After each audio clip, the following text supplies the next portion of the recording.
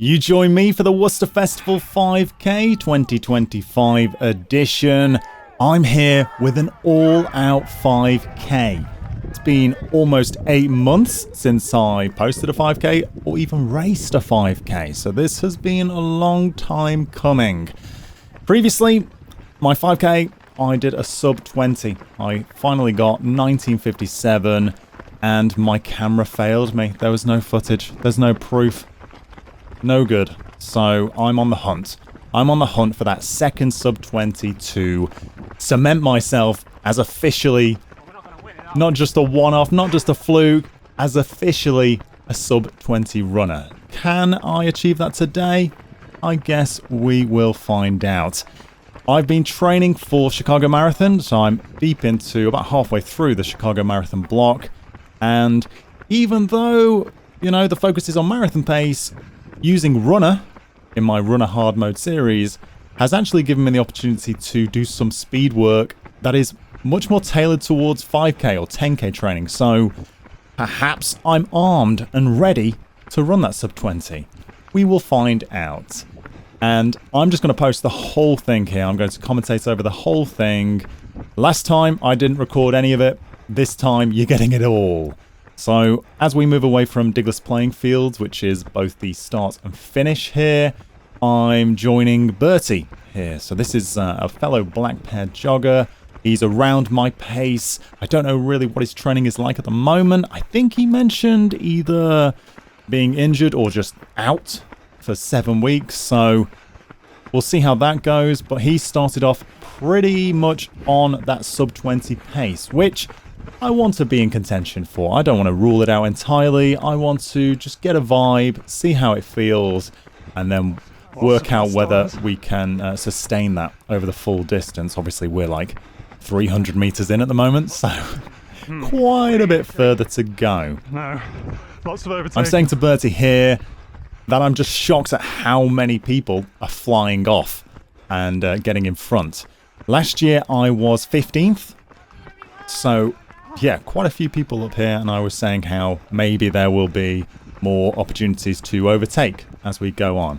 As this course, it is flat, but it has a few bumps, particularly at the middle point where Worcester Bridge comes into play, where people tend to slow down. So this side of the river, it's pretty nice. It's pretty, you know, you've got all your energy about you. It's a lovely time.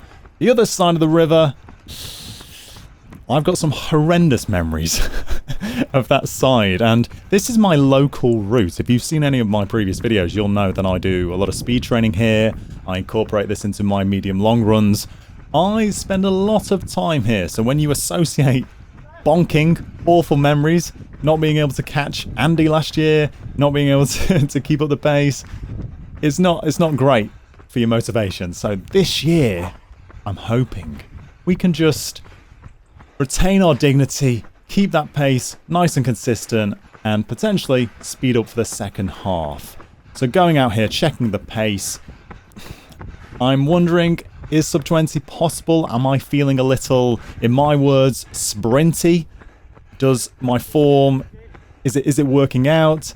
And I'm thinking to myself, let's just err on the side of caution. Let's just maybe get a 402, 403, 404, you know, spend a few seconds to save minutes potentially towards the end. And here is the Diglas Oil Basin, so we'll run around there and you will spot the 1K marker. We do come in at a, let's find out, a 4:02 for the first kilometer, and I'm pretty happy with that. I was thinking 4:02, 4:03, and yeah, we can spend 3 seconds and pick that up towards the end. Just past Kieran there. Worcester's Kipchoge, as Andy refers to him as. And yeah, I've kind of locked into blue shirt here. And I'm kind of weighing up just what I want to achieve over the next kilometre. We've got the Lock 1 of the Worcester-Birmingham Canal coming up, which is always the hairiest part of the course. People want to get across. You know, this is 10 a.m. on a Sunday.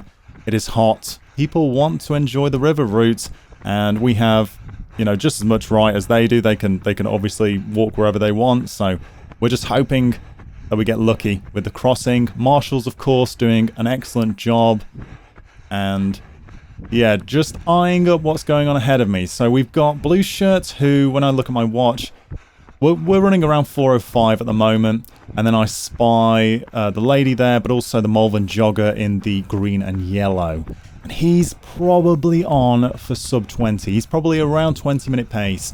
And throughout this next kilometer, I'm just kind of weighing up whether I should go with him now to get on pace, get on PB pace, or whether I want to just hold back a tad because I know what's to come, which is Worcester Bridge, which is the point where I've popped, you know, burst in previous years and slowed down significantly. Looking ahead, we get across that bridge there, lovely. The marshal's doing a great job. I'm looking out now to the river, and I can see Glover's Needle on the left there, and I know just how far that is. And Worcester Bridge is further than that, so I know we've got a bit to go here. The lady is dropping off the pace a bit here, and this is where I noticed the heat.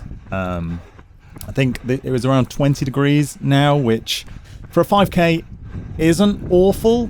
You know, if you're running 20 minutes-ish, then it probably won't affect you too much, but it's still a factor. You know, I did my 1957, I think it was 3 degrees on December 28th. A bit different today. You can see me here just kind of going into the shade a little bit. But yeah, blue shirt, I'm happy to stay here. Malvern jogger, a bit too far ahead. I don't want to invest that too early on. Still feeling okay. Still feeling like I had the potential to push on. But again, if A goal is sub-20, which it will be for, you know, the races to come now, keep giving it a go.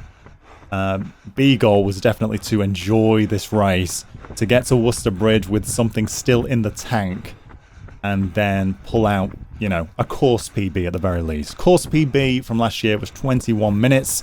It's on Andy Maguire. Basically carried me for that. I went out hot and then just had to stare at him for the rest of the race. It was truly painful. So hopefully our execution today will be a little more dignified. Andy's not there today. He's ran his... Is it like 220 miles that he ran across 5 days? So he's still getting back into things. Rightly so. So I'm on my own, and I'm just kind of hoping that I can find someone. So blue shirt is my chosen man at the moment. But maybe we'll move on. Let's find out. So kilometer 2, we're just about to tick over. That's a 4:07. So we've sat back a little bit, dropped off the pace a little bit, but still quite happy with where I am. Still way on for a course PB at the very least.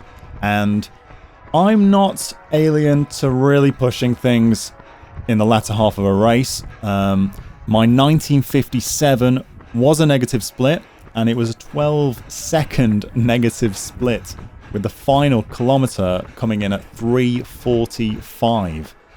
So I significantly picked things up there. But that was at Pitchcroft, that was in cold weather, and the workouts I've been doing, so I've been doing some mile repeats, 800s, 400s, that kind of thing, and the reps have indicated that I'm around 20-ish pace, maybe a bit slower, but on the perfect day during a 5k race, you can find the right person, you can find that adrenaline that isn't there in training necessarily. So, you know, I'm open to the possibility. Obviously, we will need to kick things up soon if we've any hope of achieving a sub-20 today. But again, the focus, a big focus of today was to get to this bridge here on the left and not feel like absolute death. So, yeah, we will see. We're coming up to it now, still with blue shirt. Malvern jogger kicking on a fair bit. I'm wondering how he's going to actually approach this bridge. Is he going to slow down and then kick on, or like, will I be able to catch him essentially? But I think he's a strong runner, and I think he's going to carry on up there at the same pace that he was already going. maybe slows down a little bit. We get a little bit of close the distance a little. Here I stay on the inside. Local knowledge, I guess, doesn't really make a difference. Worcester Bridge, 10 a.m. on a Sunday, a sunny Sunday. It's gonna get hairy. Excuse me, excuse me. Oh no, they're crossing. Big man coming through, sorry. We made it. Just about made it. God, you gotta get lucky there. And the front runners, who will have been running at, 3 minutes per kilometre, I hope they got through safely. Here, there's cars parked where I'd normally run. Gotta just weave in and out a little bit. And there it is. So on the incline, I call it an incline. It wasn't that bad, but it's still noticeable in the legs for sure. We dropped the pace a little bit, and here I'm just trying to recover. Get that breathing back under control. The slight downhill will have assisted there. And it's time to start making some decisions. You may see me look at my watch a bit now, fairly often.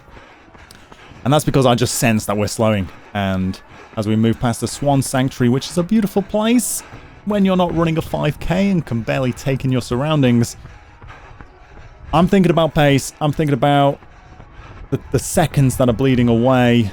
And I see White Shirt up ahead with the Malvern jogger.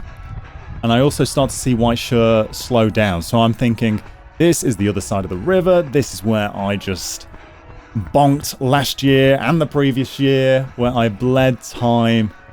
We can't afford to do that this time. Let's create some positive memories so that when I'm running this on my next 800, on my next mile repeat, I have some strength to pull from. This isn't the place where you bonk Mac. This is the place where you speed up, So perhaps we'll achieve that today. I'm looking at the watch. I'm seeing like 4:20, which is not what we want at all, as we're about to hit the 3k marker. Third kilometer in 4:15. So we've dropped below course PB pace there. For 21 minutes, you need a 4:12 average. So we need to kick on.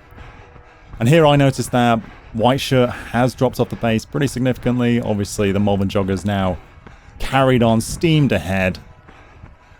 And so I make a move just to accelerate up to the necessary pace. I don't surge too much here, don't burn too many of my matches. I just crank it up a little, put them behind me, and here I'm just thinking, that Malvern jogger really did kick on, because now I'm in the dreaded no man's land. And if you're anything like me, running a race on your own, it is not the one. It is perhaps my greatest weakness. As soon as there's no one to run with, or, if there's a pacer, if I'm lucky, that is excellent. If there's a pack with me that's around my pace, again, excellent. One runner, sure, we can have a little bit of a battle, a little bit of a mental game. When you're on your own, it is, I'd say, twice as hard. You don't have this automatic gauge of pace. You don't just simply stay with people. You have to waste energy, look at the watch, usually be disappointed by what you're seeing on the watch, and have to push on a bit harder.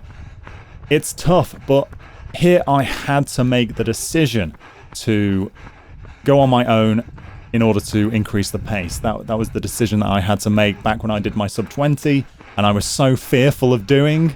And because I stayed with the pack for too long, I needed to push so hard for that final mile. This time, I had to do the same. So we're on our own. If you're doing local races, if you're, getting faster and faster, you're inevitably going to be in this situation where you're just running alone. You're in the pain cave. This is, we're on the final mile, so 1,500 meters to go. It's gonna hurt. You're just gonna be hanging on, but you just have to keep going. Try. In my head, I always think the last kilometer is free, or at least it will run itself as you break it down. 800 remaining, 600 remaining, 400, go, go, go. It should run itself. The fourth kilometer, that's the one where the demons really come and start to make themselves known. There's all sorts going on in my head here. We've not done The Sub-20 will have to bust out, I don't know, a 3:30? No, even faster. A 3:20 final kilometer. I know that that's not going to happen. I'd have to be all out sprinting essentially for the full kilometer. And I'm already, you know, at 187 heart rate. There's not enough headroom. There's not enough. So I'm thinking, Sub-20's off. You're probably not going to make a video of this. So why bother? Why don't you just, you know, rock to the side, jog it in, just like you've done in the previous years. Slow down, slow right down, and the pain will stop. But no, not today. It's no man's land. This is an opportunity to really show myself, those demons, that you can keep going. Come on. It doesn't work every time. I've walked on a 5k at 1k, 2k, 3k, 4k. You go to Worcester Pitchcroft, I can point so many places where I've just given up. It's not every time, but some days you are strong and you can be louder. You can beat those demons. That's 4k in 4:10. So we've sped up a little bit, and I've told myself here to just turn the screw, crank it up, just start increasing the pace. I can see Diglis Bridge there. We're still a ways from there, but hey, just start cranking it up a little bit, a little by little, because you're going to get to 800 meters. That's 2 laps of the track. When you're at 600, 500, you can really start to increase without any consequences, you know? And for me especially, whether subconsciously or not, I think I do reserve a little bit of energy. Shaking my head. A little bit of energy for that final 100 meters. Just so you can outkick anyone that dares come across you. But today I was like, do not do that. There's a turnaround point as we cross Diglis Bridge. We do like a little U-turn. That's the point where I thought, we're going to go then. That's when we're going to start using that energy that I usually say for the big old sprint. We're going to start using that. We're going to tap into that 500 meters to go. Because if you start pushing at 500, you can actually make a difference to your time. If you save it for the 100 meters, what are you going to save? 3 seconds? You know, at a push. Use it early. You might be outkicked. You might not get the showboat finish you want. But it's better utilized earlier into that final kilometer. So whether it's 800, 600, 400, just go and just keep going. If you start to flake at 50 meters, well done. You've just used everything and executed it well. This guy here, I do not know where he came from. He's doing the course, so he's definitely in the race. But yeah, he takes that corner and kicks away from me. And bearing in mind, I'm speeding up here. I was kind of hoping for someone to hang on to.